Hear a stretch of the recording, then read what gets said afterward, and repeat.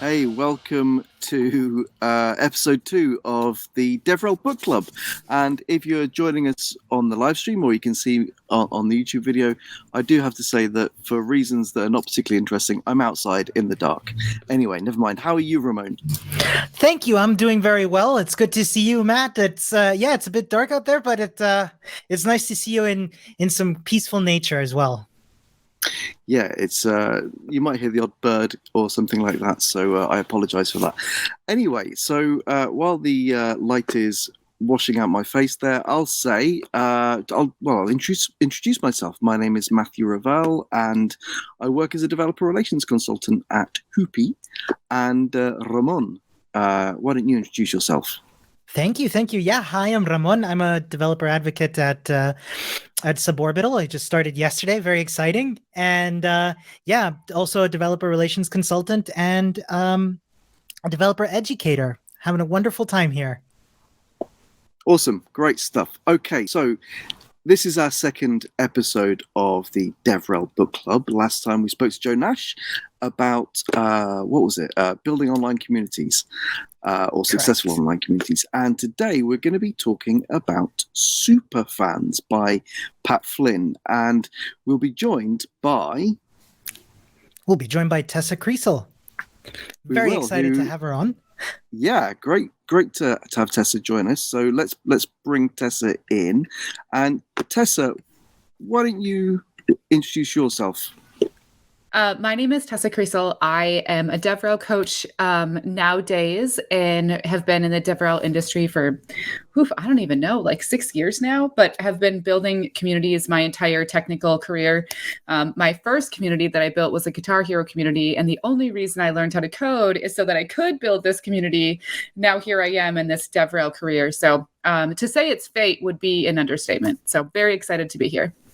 Guitar Hero as in the video game. Yes, and it was recognized by Activision. All of our tournaments were inside of their community. I got really awesome sweat. It was so cool. Like one of the coolest stories for my developer career start. That's amazing. I'm so glad you can nerd out with me on that. So, Tessa, you are going to talk to us today about Superfans. Yeah. And I have a copy here. And I would like to ask you, what brought you to this book? How did you come across Superfans? Yeah. So oddly enough, it wouldn't be the traditional way that you would think. Hey, I want to do a thing, so I'm going to pick up a book and do it because, God forbid I do things the easy way. But I like to throw myself into things. And what actually happened was in my very first more official DevRel role, I started noticing that we had all of these customers and, prospective developers and just users in general that would say all these amazing things about us. Like, I love this product. I love the developer flow. I love, the tooling. I love whatever, right? Like lots of love. And to me, to get anything like that from a developer is like, whoa, okay, something must be really great, right? Because they can be very high energy people, but for them to get to that level of passion, it has to truly be really good. And so essentially I started noticing all of this as I was a developer advocate, and brought this to my manager's attention. And I was like, hey, did you know, we have all of this kind of fan base happening and we're really not doing anything with it. I had chatted with marketing. I had chatted with some of the other teams and they're like, yeah, we see that every once in a while. We don't really do much with it. And I'm like, what? They're literally advertising for us. Like, why are we not talking to them?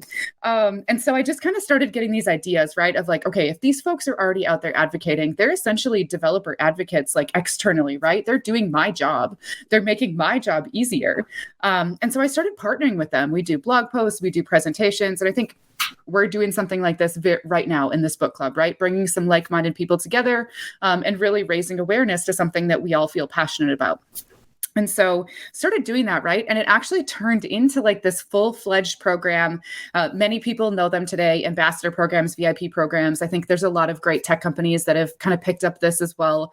But I actually picked the book up after I started pulling this together because I'm like, what is this, right? What is this program that I've just kind of curated based on what I would want as a developer of this product, what I think my users would want, and how we think that this can build our business, right? And found the book, and I just like instantly fell in love with the book. Like Pat Flynn feels, I've never met him, but I can tell you all read the book. So like, I'm a super fan of Pat Flynn. And if you read the book, you'll be like, I understand that. And I haven't had the chance to really join any of his communities and such, but I've been eagerly excited to do so. I think that this book is really incredible, but it really came across my plate after I started building something like a Superfans program, like Pat Flynn, breaks down in his book, and just was really looking for like, okay, I think I know what I'm doing, but I really actually have no idea. I'm just shooting from the gut here. So yeah. So for people who haven't read the book, what is a super fan? Yeah. So a super fan, I think you can really break that down into many different definitions. But to me, a super fan is really one of your empowered or your power users, right? It's someone who, if you're putting them or giving them a net promoter survey for them to complete, they're a 9 or a 10. Like they're a promoter. They appreciate your work. They want to engage with your work. A super fan really is so excited about what you're doing that they want to advocate for you. And I think so many of us see them naturally, especially in the DevRel industry, which is why, again, I was so passionate about doing this book, is that it's getting those folks that love and appreciate your product and that want to speak about it more positively and will engage in any capacity and opportunity that you provide them because of that. That's wonderful. I'd love to, I know this would break a little bit the flow of this podcast, but I just love to point out that in the chat today, Pat Flynn stopped by. What? Yeah. No way. Pat Flynn, I'm one of your biggest fans. Awesome. I'd love to read what he's saying if that's fine. Sure. He just said, I saw y'all were talking about my book. Just wanted to pop in and say hi and thank you. So grateful that you're spreading the word about how important generating and supporting superfans are. Awesome. Well, that's lovely.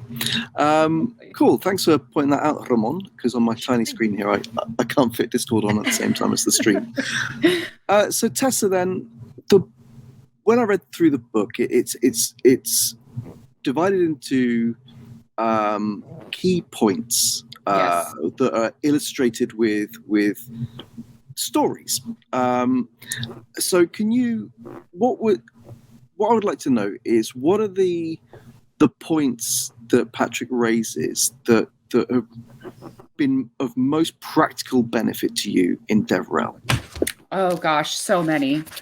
I'm going to let all of the readers in on a little secret of how I read books. So I go through and actually like highlight books. I'm assuming you do the same, but I go through and highlight. So as a techie, I think many of us can relate to this. I have ADD. So like I get down tunnel vision. I get really excited about something and want to stay focused. So I actually read books through Audible where I listen to them, and then I have the physical book in front of me so I can highlight. So I can tell you like so many different things. But I think the first story that Pat tells is this story about his wife. And also, I think it's just amazing that he brings his wife into the story. Like, I have a very close marriage with my husband, so that also added some relatability of like the family ties. He's building Superfans, right? He's putting it out there. And I think the part that like really drilled it home early on was hearing that Backstreet Boys story. Like, his wife just loved Backstreet Boys, had this like tote of all this stuff, wanted to go to their concerts, wanted to meet them, wanted to engage with them. And I think we all have really kind of fallen into that in some capacity, right? I think, who was my band that I was just obsessed with as like a teenage girl? I think it is the one where they sing like Summer Girls. They weren't super popular, but they were a boy band that got just a little glimmer of time. Anyways, not on the same level, right? But when we find those things that we're super excited about, like April found Backstreet Boys, right? I believe that's what her name was. Anyways, April found Backstreet Boys and just got invested heavily. And so I related that a lot to, again, kind of coming back to like my days at Guitar Hero, like my early days when I got into tech and wanted to really build something and build my own community, is that I loved Guitar Hero. And at that time, you couldn't engage with folks on the same level. You could play games, but you couldn't like build a community together. There wasn't like a, let me bring these crews together like an Xbox and PlayStation now. It's like you can have your little squad of friends and you all work together. And it wasn't the same. So I think hearing that story about that love for kind of Backstreet Boys and how that continued to trickle out through her life, even as an adult, right? He also references a story about Star Trek and like the Trekkies fan club. And I think that really sticks to me as a really great way to explain to folks like what a Superfans program can look like. Like thinking about Star Trek, I'm not a Star Trek watcher myself. I've never seen it, but I know of this Trekkie's name, right? And as someone who's never seen Star Trek, I still have heard that Trekkie is kind of naming convention or name for their fan club. And so when you kind of take those two stories together, I feel like it really summarizes the book and like finding this way of like, we've all got fans in some capacity. Like I can admit that I have folks that retweet things that I share who really help elevate me. And those folks become very clear in your life. And so when you're able to really take those kinds of relationships and bring them to another level, I think those two stories, like I said, really kind of shined. Yeah, that's awesome. Thank you. And one thing, like that's one thing that I really enjoyed about this book as well was the personal nature to these stories, because it's something that it kind of documented something that I found myself doing just subconsciously. Like I love connecting with people. Like that's one reason I like being in DevRel so much, is because it's like it's one of the things I have to do every day is connect with people. It's like one of my viscerally favorite things about it.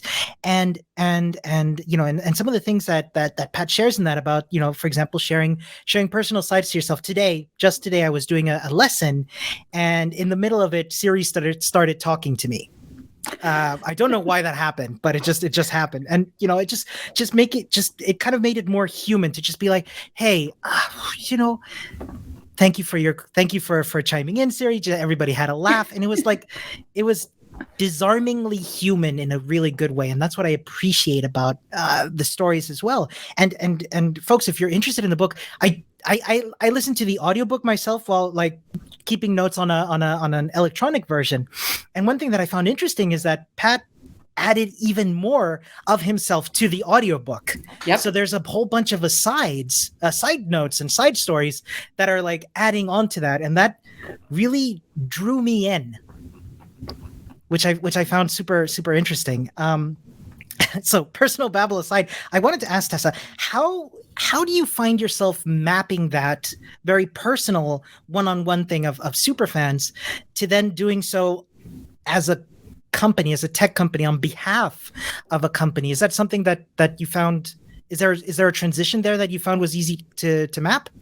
Yes, I have actually. And I think that, you all have those like pivotal points in your career, right? For me, it was like, whoa, I got so passionate about a video game that it taught me how to code, or I taught myself how to code, right? Pivotal point in my career. I think that building my first Superfans program and then picking up this book and really relating that from what my experience was as a developer and what I wanted out of a program, and then bringing in Pat Flynn's like great advice. And then again, being aware, right? I think all of us probably after we've read the book, now we're a little more aware of the things that are happening. Like we can kind of spot a superfan.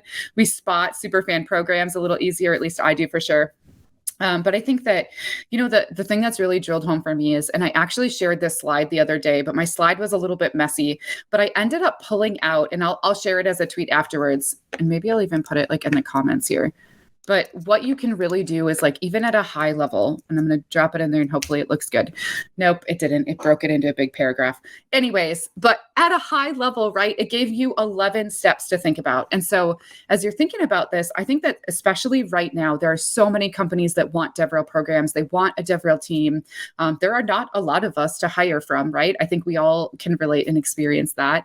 But the thing about it is that you can start with such a small community. And I think that's one of the myths that I feel like a lot of folks think about when building a community. Like, I need 100 people to start a community. I need 1,000 people to start a community. And I think at the end of the day, when you have what those folks need and you're actually doing the things that they need, like you only need 5 to 10 of them to truly start a community. And I think that a lot of that was really learned from the lessons that Pat Flynn broke out. So to kind of speak to my long jargony thing that I posted there, like learning their language. I mean, that is like point one of DevRel, right? Like, who are your users going to be?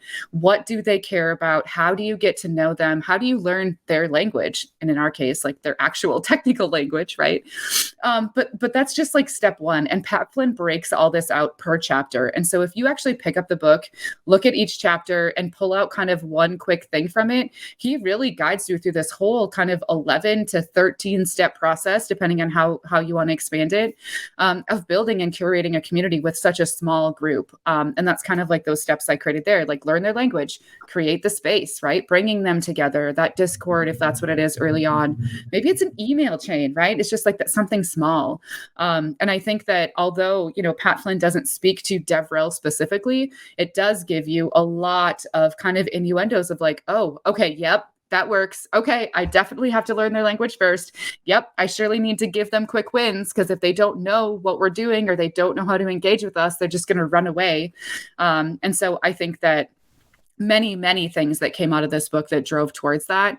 But really, breaking it down and really thinking about conceptually how you build a group of people, because that's what community is. And so when you take the advice from the Superfans book and think about how do I create this kind of army, as I call them, of superfans, it really is just your early days of building that very niche, that very small kind of tight-knit, maybe invite-only community that you eventually are like, okay, I followed all of these steps to build this tight community. Now, how do I expand this and scale this? So I've got a full-fledged developer community that's actually serving my users in a greater scale. So kind of coming back around, I think that, thinking about DevRel and DevRel programs, I think encourage more folks to think about it that way, right? Is like you have a very small group, even if you're just getting your product out there and you've asked 10 people to try it.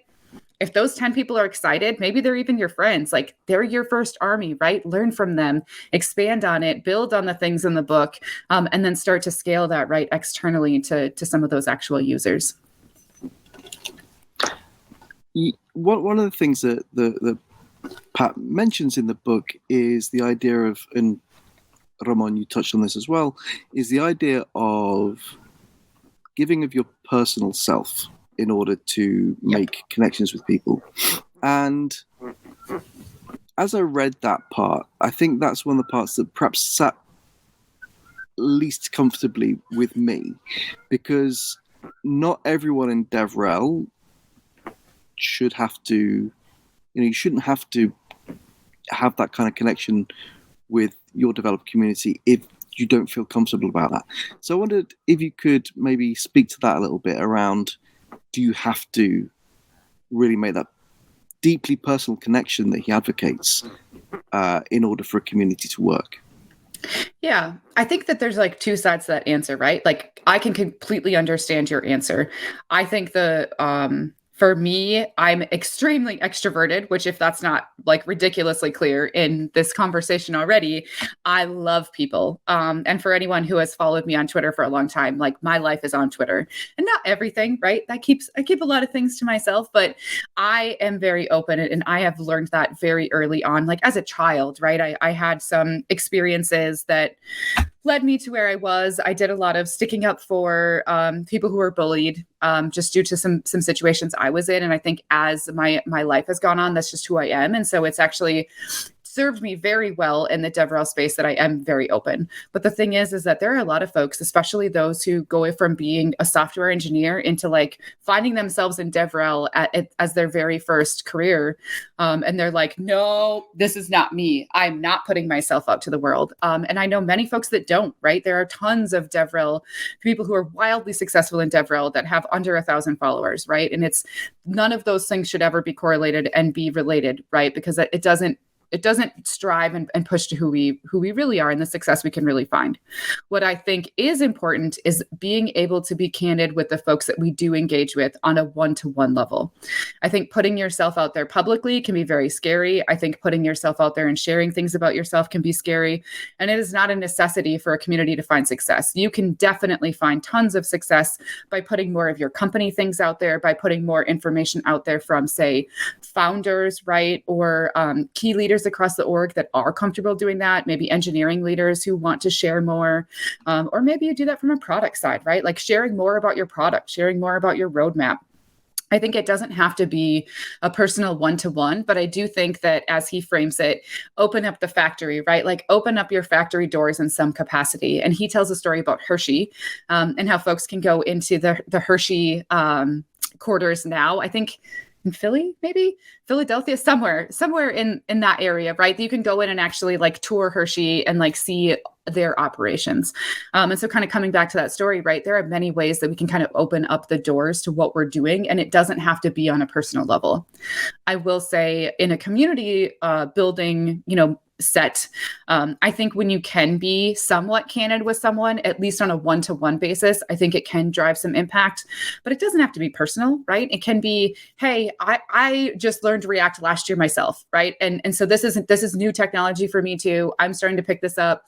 Here's what I've learned, and here's some resources for that. And that's not putting out your personal life. That's not telling everyone that you've got 3 dogs, which I tell people all the time, or anything else, right? It's just letting them know that you're in the same space with them. And I think that relatability is really where people find that success in DevRel of like, hey, I'm in the same space as you. I can relate to you. And if you want to share personal, great. But I think more than anything, they just want to understand that you understand their journey and that you can help them on that journey in some capacity. I think there's a difference between being your authentic self, but also maybe leaving a portion of yourself at home. Exactly. For people who've just joined the stream, I'm never going to explain why I'm in total darkness. That's something you only get by joining the stream early. But anyway, seriously, I think that is a really important part is that, I don't mind talking about the fact that I've got 2 dogs, but I wouldn't. There are certain parts of my life that just don't seem relevant, which I wouldn't go into on Twitter or in a work situation. And I just wanted to kind of, flag that as something. If people are thinking about going into DevRel and they look at a book like this that says, well, you've got to share yourself, I don't think that should be a reason to avoid DevRel or community work generally. Totally agree. Which is why I tried to give as many examples as possible of other ways you can do it, right? Like open up the company, open up the product, like get someone else to open up themselves, right? Because then you can like leverage that. Or, hey, maybe your super fans are crazy extroverted like I am, and maybe they want to do it. And that's a great way to do it too. That's an excellent point. And it kind of made me think about how what you were saying about one-on-one, right? And at the risk of sounding cliched, it is called developer relations. Our job is to relate with other developers. And I think the multifaceted nature of DevRel speaks to that, how there are different types of DevRel work one can do. For example, what is it? I think during DevRelCon, I learned about the term partner engineering, where where your job is not so much to build a large community, but rather have those one-on-one relationships with other vendors or clients, and there that ability to relate is really important, without having to go into a public into a public situation. So I think those tips are really important for to keep in mind as you decide which part of DevRel you wish to check out. 100%. One thing that, moving on a little bit, that stuck out to me in the book. Sorry, did I just freeze? No, you're totally fine. Oh, cool, because everything froze for me. One thing that stuck out for me in the book was the exercises at the end of each chapter line up really well with the design claims from the book that we covered last month, the Building Successful Communities Online by MIT Press, which is a look at all those post-it notes. I love it. And that's a work of social science research backed by the scientific method and all that good stuff. And Pat's book, without taking away from it, is personal experience distilled. And I just think it's interesting. I don't really have a point, but I just think it's interesting that the same things kind of hits up in both books. I love that you brought that up. I have not read the book that you covered last month, but now I want to. So I actually have some time off in the next like few weeks, and I'm taking things slow. And so I'm going to catch up on all these books that I've started like one chapter on, and then put back on my shelf, like Radical Candor and Just Work by Kim Scott, and just some other kind of like community books. David Spink's book I have not.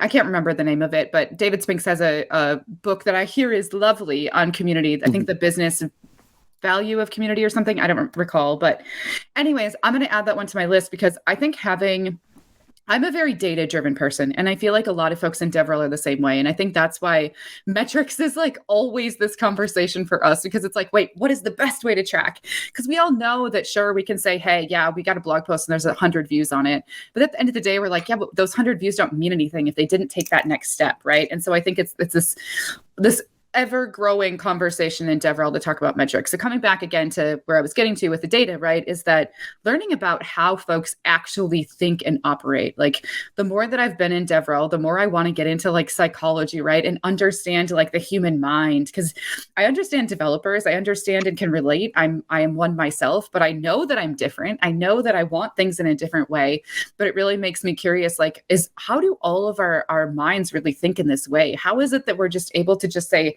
sales and marketing, no. And so coming back, I think reading that book would be incredible, because for me, I need those stories. I need the relatability. And Pat Flynn does such a great job of saying, hey, here's a story. Here's something I personally experienced or something I've personally see happen in someone's business, and really drive that impact. Like the storytelling capabilities that man has is like amazing. But having some of that data to say, okay, cool, Superfans really hits it home because I can relate, but having some of that psychology would be really cool. So very interesting that you brought that up. Those exercises are so incredible. I think that for me, I get and understand how to build these programs. I've been in DevRel for a while and have helped build many successful programs. But even in my own community, I had like 4 different tools that I was trying to like hodgepodge together. And I'm like, what am I doing? Nobody wants this experience. But when it's so close to yourself, you don't do it. So I actually found myself going back and doing the exercises to really think about Devocate and how I build up our developer relations community and how I think about kind of Superfans in that way. So I just launched our Superfans program last week. So it's all like really exciting and cool to hear that the books actually relate to each other these first 2 months that you're doing this podcast. Yeah, in fact, it kind of feels like a practical application of that theory. So it's kind of really amazing. I'd love to take an opportunity for folks who are listening and don't really know about it. Do you want to tell us a little bit about Devakit? Oh, sure. I mean, it's been a whole bunch of stuff. That's kind of the long answer, I guess, is I've done, Devakit for me, eventually, what I do plan to build is I don't want to say almost, it will be a platform to engage and leverage superfans, but in a very authentic way. So, bringing in your audience, like who are those superfans? How do you identify them? How do you build campaigns for them? And when I say campaigns, not like icky marketing campaigns, right? Like how do we curate an experience for them? How do we welcome them in the best way? How do we nurture their relationship? And then how do we take that nurturing and allow them to have that space and capability to go out and advocate for us, right? In whatever capacity that is, whether that be on a community side or whether that be, hey, I love this product, you should go check it out, right? And so taking that kind of into a SaaS platform and then having some really great reporting metrics on it. So very early on, just found kind of my technical co-founder, and the 2 of us are really diving into that this year of bringing that to an actual fruition. But while I ideated on that, and that was a couple years ago that I've been thinking about this and have just kind of been, I don't know, lots of excuses, but just dragging my feet, right? Of like career plus business, how do you do it both? And also be the breadwinner of your household and have children. But as I've been thinking about that, I've written a lot of content on DevRel. I think that there's so many great things. I know, like, Matthew, you've contributed a lot of great stuff as well that I've seen out there. The State of Developer Relations reports are so impactful. But I've tried to take that shift and really talk about the like how to do DevRel kind of change, right? Because there's so many ways to do DevRel, and it's impossible to say, yep, this is how you do it, because there is no one way. But how do we give folks more opportunity to join into our industry? I think more than anything, I found like my passion and my career path. And I know that there are many other technical folks who fall into that same excitingness of like, wait, I can like talk to my friends. I can like help them find success. I can like take them and do cool like events and host parties for them. And of course, that's all the glamour of DevRel, right? There's a lot of non-glamour, but there is a lot of greatness to it, right? And so the more that I feel I can instill to folks, the better. So it's eventually a SaaS platform. Right now, it is a community of folks who are in DevRel, who are aspiring developer advocates, who are, engaging in some capacity. I think there's a lot of like product managers. There's a lot of recruiters that actually kind of come in and read my content. But it's a full-fledged blog full of lots of random content on DevRel, and slowly becoming one cohesive community that will actually have some really great impactful resources and some courses. I have launched one course on how to bring together a developer relations campaign, not the marketing word either, but really how do you take a blog post and a conference presentation and a webinar and a Twitch stream and bring that all together and have metrics that relate back to a whole entire campaign of work. And so lots of continuing education for DevRel at the end of the day in its current state. Awesome. Very cool. Thanks for sharing that. Yeah, thank you for letting me share that. It's a little rambly, but thank you. So as we've, I think we've covered a great deal of Superfans, the book. One thing that Pat mentions in the book is there's all this other material, and you touched on it, Ramón, with the perhaps some of the bringing himself to the audiobook, but there's a whole kind of other set of material. Can you just touch on that a little bit, please, Tessa? Yeah. Are you talking about the course that goes with it? Sure, I am. Yes. Yeah. Yes. So I haven't dove into that in great detail yet. I have some little notes to do that. But the nice thing, and one other thing I want to share about Pat too, is that he has this course, right? And so there's all these additional exercises and things that you can go and do. Not only at the end of the chapter does he say, hey, here's a way for you to go in and actually do a thing, right? So one of them that really stuck out to me was like quick wins. I think that we all bring people together, right? And I've been bringing people together for a long time, but I didn't really think about when you've got that first touch point with someone, how do you deliver that quick win? Like, how do you take that and shift it to a way where they're like, oh my gosh. And the person who does this really well is Adam Duvander, and hopefully that's how he pronounces his last name. He has a book called Marketing Does Not Exist, or Developer Marketing Does Not Exist. And his nurture emails are like, so coming back around, I think that what Pat does through these exercises and through these courses is that he really tells this great story in the Audible book. He gives you even more context, which is so great to listen to, because you're like, for me, I was like reading through the pages. I'm like, wait, I can't highlight this. It's not in the book. And I'm like, oh, this is bonus content. And brings this into a course that really walks you through it. You get to have video content of him explaining it. You get to see that face-to-face conversation, which for me, like really sets it home when I get to see someone's face. I love doing things like this. And then helps you work through those exercises and has like just a little bit of additional context to them. And so you can step away with hearing a story and seeing like, oh my gosh, look at Star Trek and Trekkies. Like, look how successful that fan club became, and hear a lot more about how that started, right, in the book. And then move on to the exercise that he outlines in the book, and then pick up that course, which is free to anyone who's bought the book. If you know what the URL is, you can go pick it up, and really be able to dive into that even deeper, which I think is just so great, especially for early community builders, because everything that's in this book is really just the basic traits of building a community. It's the basic fundamentals of bringing people together. And so going through that can really start to shape like, okay, cool. Not only am I setting myself up for super fan programs and being able to bring people together on that scaled level, but I'm starting to learn about how to actually leverage and do this inside of my own community. And like I said, I've got notes in my book of like, do this with Devocate, do this with some of your other users. You should bring people together in this way. And so it's just really fun to like read through it and actually think about those exercises as you go through it. Thank you. I love this. It was super inspiring to know that to know that this is something that this real life application of the theories that we were talking about are now being reapplied in real life also to that success. And that's such a powerful thing, I find. And this has been absolutely wonderful, Tessa. And I wish we could go on, but I'm afraid we're running out of time. So I wanted to ask, if you could give us like, I don't know, a short version of why folks should go out and read this book. What would you like, a sort of quick pitch on why they should read it? I'd love to hear what you think. Oh gosh, I don't know if I could do it quick. Honestly, okay, so I'll try to do quick pitch, right? I think that there are not a lot of books out there on DevRel, right? There are a handful of books. There's Adam's book on developer marketing doesn't exist. There's Caroline and James's book, which is incredible. I'm just going to do a little like snap to it. Like absolutely pick up this book if you're in DevRel. It's so, so good. And then another book is Mary Thinkel's book, The Business Value. Now I got books fallen everywhere. All great books, right? On DevRel in general. And it gives you a good insight into like what DevRel is and how you can apply it to your business.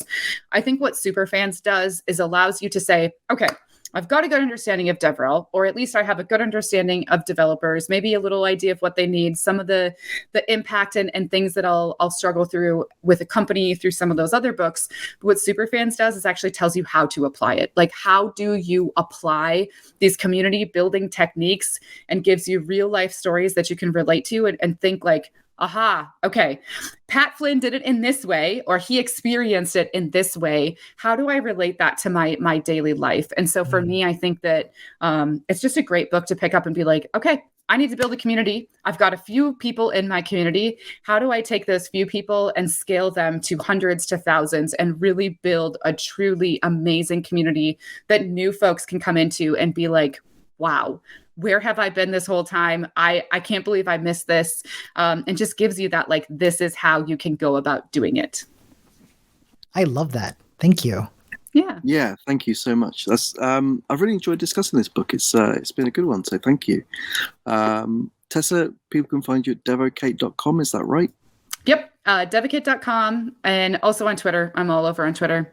Not so much on LinkedIn. I decided to dump my LinkedIn profile the other day, which is very liberating, and actually spend a lot of time on Polywork. So if you haven't heard of Polywork, like definitely check out Polywork. I've got a portfolio of awesome stuff that I've done there as well. So devakit.com, Twitter, Polywork, or just Google me. Awesome. Great. Wonderful. Thanks. Well, look, as we're wrapping up, I would just like to mention next month's DevRel Book Club. So Sue Shardlow from Redis is going to be joining us to talk about the art of gathering. And that will be on the 15th of March at 10:30 in the morning, UK Western European time. So UK, Ireland and Portugal and Iceland, I think. But 11:30 if you're in France, Germany, or places like that. And also 4 in the afternoon in India. So join us here, live.developerrelations.com for that. And also, if you want to catch these episodes as a podcast or video, go to developerrelations.com and follow the links there. So Tessa, thank you so much for joining us. Hope you have a lovely rest of your day. Thank you so much for having me. Excited for next month's book club, and I'm going to catch up on last month and grab that book myself. So thank you for those tips. Great stuff. And Ramón, thanks again. Lovely to spend some time with you.